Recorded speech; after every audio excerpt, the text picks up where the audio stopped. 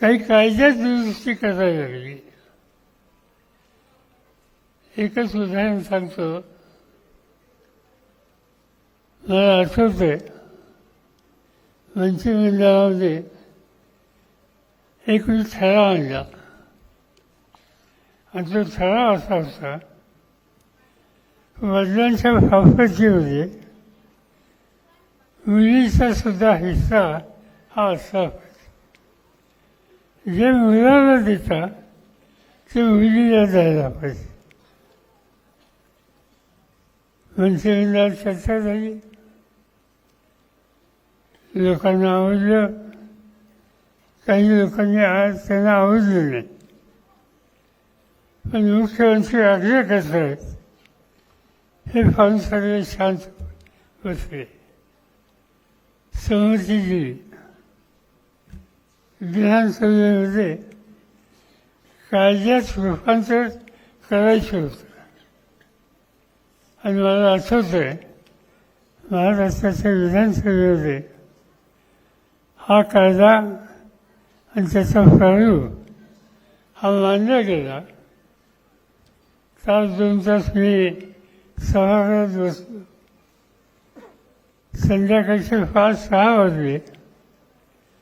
मी सरकारच्यांना सांगितलं मला काही दुसरं काम आहे, मी जातो, तुम्ही किती वाजले तर चालेल, हा कायदा तुम्ही मंजूर करून द्या. सगळेजण हो म्हणले. रात्री 9 वाजले तरी सभागृहाचं काम चालूच होतं. नंतर लक्षात आलं की इतका उशीर होतोय, त्याची चर्चा वाढली आणि त्या चर्चेमध्ये अनेक सदस्यांना ही जी दुरुस्ती कायद्याची होती, वडिलांच्या प्रॉपर्टीमध्ये मुलीला सुद्धा हिस्सा द्यावा, हे मंजूर नव्हतं.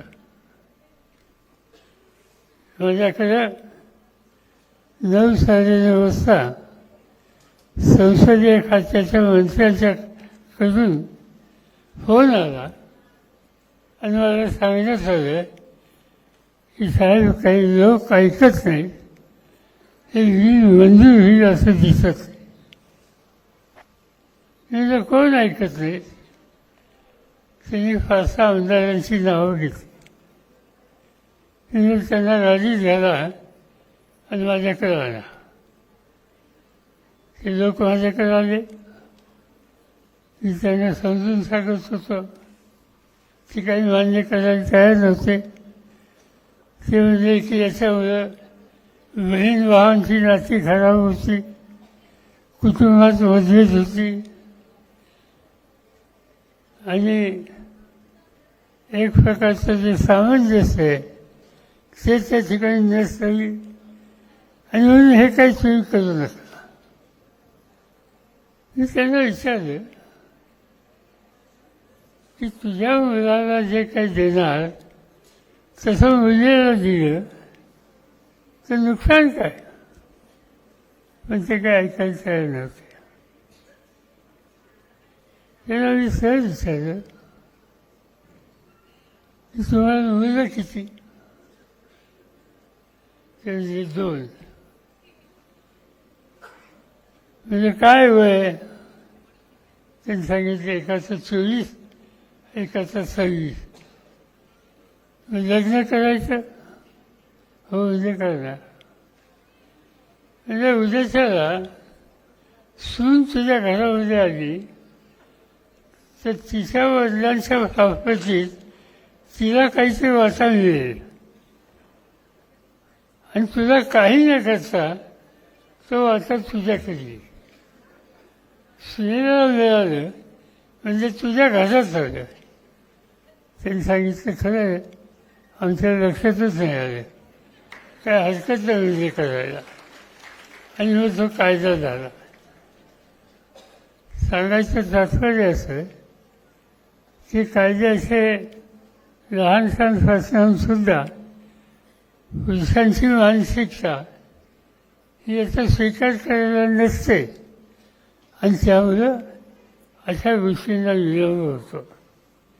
सुदैवानं महाराष्ट्रामध्ये हा कायदा आपण केला, महिलांना अधिकार दिले, ते निवड या कायद्याने वापरलीच नाही, तर सत्तेमध्ये सुद्धा निर्णय घ्यायच्या प्रक्रियेमध्ये महिलांना अधिकार देण्याचा निकाल पहिल्यांदा देशात पहिल्यांदा महाराष्ट्रात केला गेला.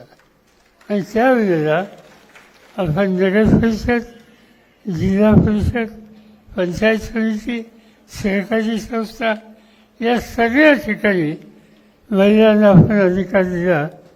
लोकांना सुरुवातीला पटलं नव्हतं, पण शेवटी लोकांनी ते मान्य केलं.